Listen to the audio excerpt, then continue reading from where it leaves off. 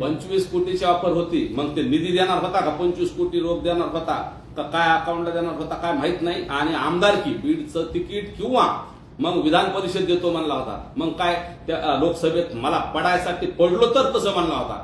आणि मी त्याला सांगितलं मी मनोज दादाला विचारल्याशिवाय काही करणार नाही, कारण आम्ही फॉर्म भरला होता वेगळ्या कारणासाठी. पण फॉर्म भरल्यानंतर ह्याने फोन करून सांगितलं फॉर्म ठेवा, तुला मी मित्र आहे खासदार करतो ह्याने सांगितलं होतं. किंवा नाही खासदार झाला तर पडला तर तुला मी आमदारकी देतो, एवढा निधी देतो, हे करतो. पण त्याच्या आधी माझा ह्याच्यावर विश्वास नव्हता. त्याच्या आधी माझे म्हणलं ना शिंदे साहेबांनी कामं दिलेले अडवले त्याच्या खालच्या लोकांनी. नेमका हा जो प्रकार आहे हा फोन तुम्हाला कोणी ऑफर दिली होती, कशा पद्धतीने दिली होती, कुठं दिली होती, फोनवरून दिली होती का प्रत्यक्ष भेट दिली होती?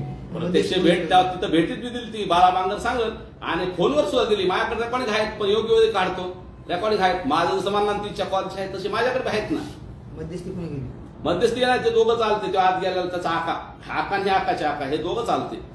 त्याचे आहेत ना रेकॉर्डिंग घेत योग्य वेळी. त्यांनी जर सांगितलं की देतो. आणि मला पेपरला दिलेला आकडा त्यांनी सांगावं. मला एक छोटीशी मदत केली ती, पण त्याच्याहून माझी बदनामी जर उद्या करेल तर त्यावेळेस त्यांनी ते आकडा सांगावं. मी सांगत त्याला कुठला आपण त्याच्या पेपरच्या मदतीयुक्त 1 रुपयात त्याच्या मिंद नाही मी, हे त्यांनी समोर येऊन सांगावं. मी हे सगळं माझ्या रेकॉर्डिंग सगळं प्रत्येक गोष्टीचं रेकॉर्डिंग